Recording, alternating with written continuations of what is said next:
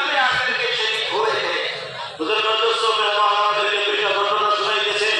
হযরত মওলানা ইলিয়াস রাহমাতুল্লাহ আলাইহি জীবনের শেষ যখন আখেরি বিমারি উনি মুবতলা হয়ে গেলেন, শরীর অসুস্থ, আখেরি সময় পৌঁছে গিয়েছে, বেশি সময় বেহুশ হয়ে থাকেন, হুঁশে থাকেন না, কিন্তু খাদিমদেরকে এই কথা বলে রেখেছিলেন যে যদি তুমি আরাম করলে এই কথা বলেছিলেন যে যখন নামাজের সময় হয়ে যায় তখন তোমরা কি করবে যে আমার চোখটাকে তোমরা করে মসজিদে নিয়ে যাবে, আমি মসজিদে গিয়ে নামাজ জামাতে সহিত আদায় করবো।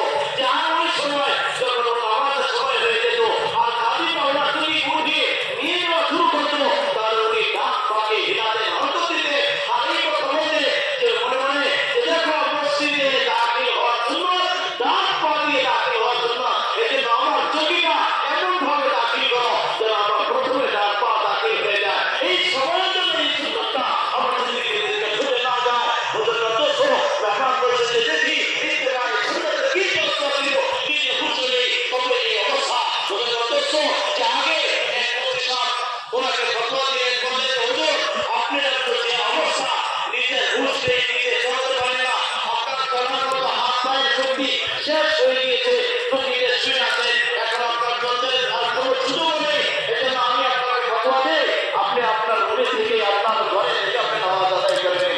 যে এটাই আমার ফতোয়া।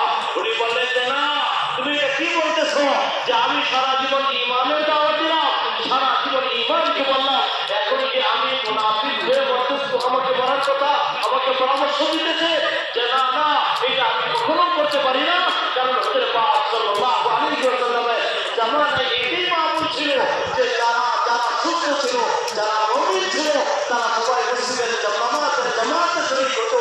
ওই যুগে যদি কোনো মানুষ মসজিদের জামাতে শরীক হতো না তাকে মুনাফিক মনে করা হতো, আর ওই ব্যক্তি মুনাফিকই হতো, কোনো মুমিন মসজিদের জামাতে পিছনে হতো না। আর মেহমান বলছেন যে হযরত মওলানা ইলিয়াস রাহমাতুল্লাহ আলাইহি আমল যদি দেখি তবে ইত্তেবায়ে সুন্নাত পাওয়া যাবে।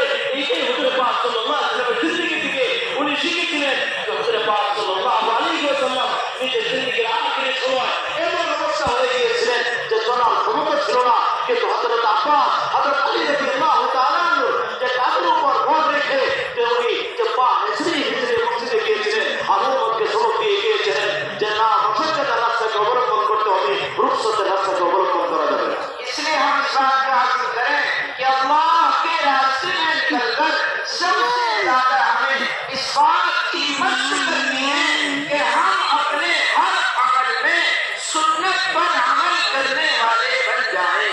হুজুর সময় বাদ বলছেন এই জন্য আমরা আল্লাহর রাস্তায় বার হয়ে সব থেকে বেশি যেটা মেহনত করবো, নিজেকে আমি ট্রেনিং দেবো, আবার আমি অভ্যাসে পরিণত করার চেষ্টা করবো, সেটা হয়েছে যে হার কাজে যেন আমি সুন্নতকে তালাশ করি, হার কাজে সুন্নত মোতাবিক করি, যেন ধীরে ধীরে ধীরে আমি একটা সুন্নতের অভ্যাস হয়ে যাই।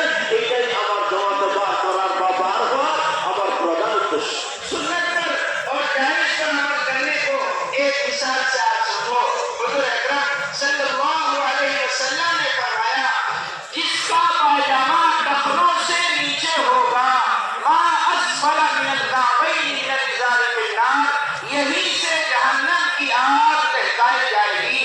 ये है आपने इस पायजामे की और लुंगी की एक आखिरी हद बताई और आपका अमल जो था वो आज ही के लिए